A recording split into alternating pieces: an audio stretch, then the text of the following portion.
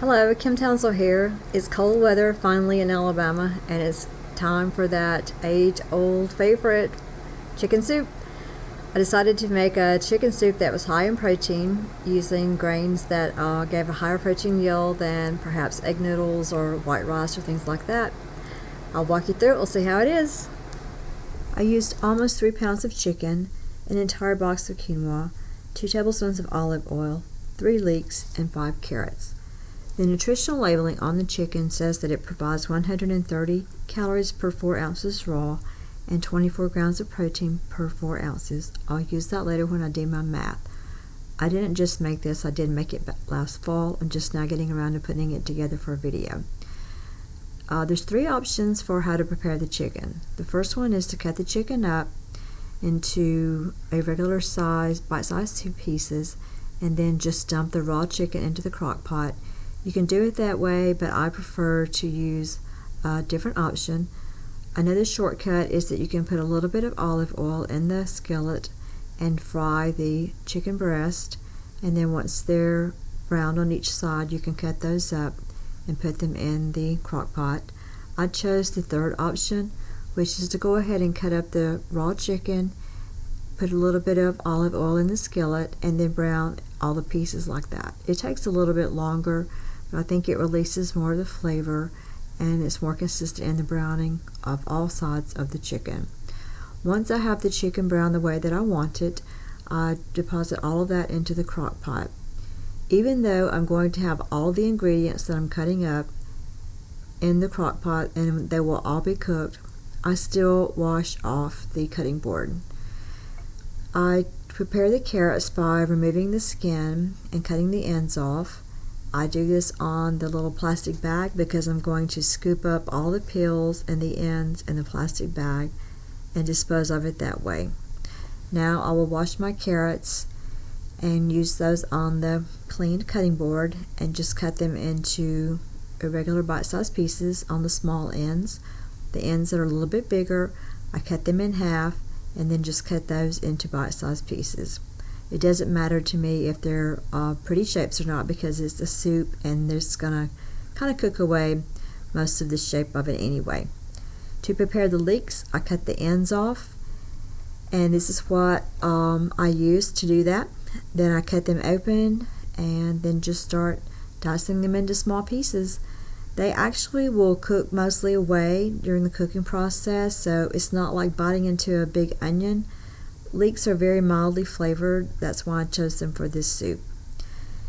Then I use the entire box of the quinoa. It says that it's 172 calories per serving. The box provides 7.5 servings, and I'll use that in my math later on.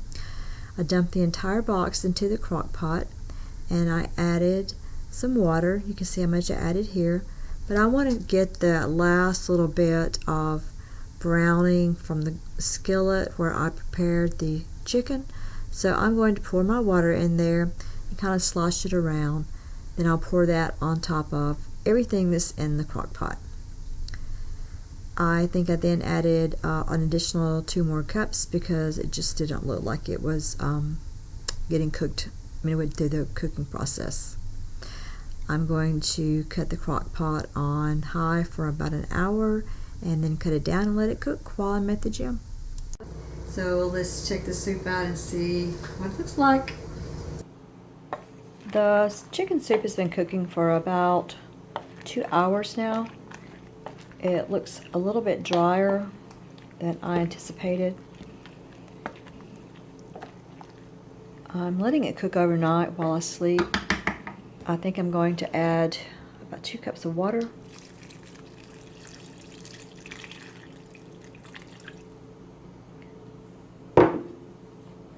That looks better. I'll let it cook on slow while I sleep and check back in the morning. Sweet dream soup.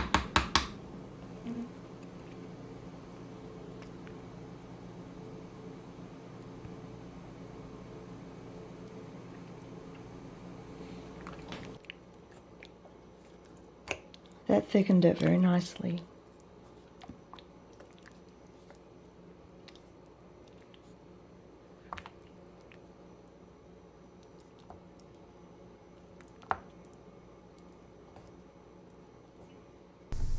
I'm preparing this for the freezer, so I want it really thick. I let the soup cool off, and I prepared it into 8 freezer containers. As I said, I don't really care about freezing water. I can always add water when I defrost it to cook it at night. In doing my math, this recipe gave me a pretty good yield of protein per calories and iron. It didn't end up being a very good source of calcium, but I have a 405 calorie serving with 39 grams of protein and about 22% of the RDA for iron. I prepared my freezer labels, and this is what a bowl of the soup looks like. High protein chicken soup.